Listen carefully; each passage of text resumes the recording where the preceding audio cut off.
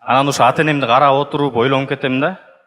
Ушу бала тарбиялаганды, балага мамиле кылганды эмеле үйрөнүп келатышабы депчи.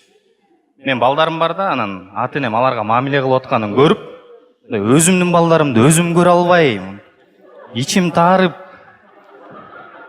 ушул кереметтүү, нежный адамдар менин кичинекей кезимде каякта жүрүшкөн деп ойлоносуң го.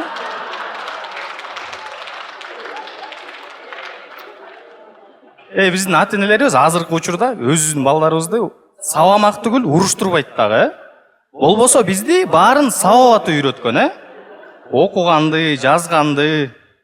Мамаң могул жакта турат, буш деп дем алып. Сен мандырарсың, көзүңдө жаш толгон тамга жакшы көрүнбөйт.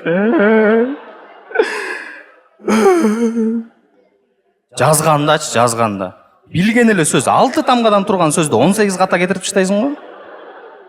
Бир кезде атаң кирип келет, эмне эле ызы чуулуп атасыңар, баланы кагып силикпей эле үйрөтсөң болбойбу десе. Мен анда өзүң окут дегенде атаң эле мен эмете берейин деп чыгып кетет.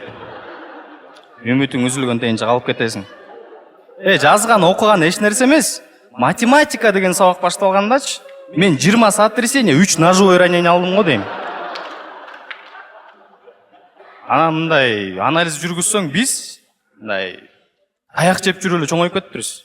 Үйдөн ата энеңден таяк жейсиң, мектептен мугалимден таяк жейсиң, көчөдө ойноп атсаң, тааныбаган эле бир мужик өтүп барат, сабап кетет.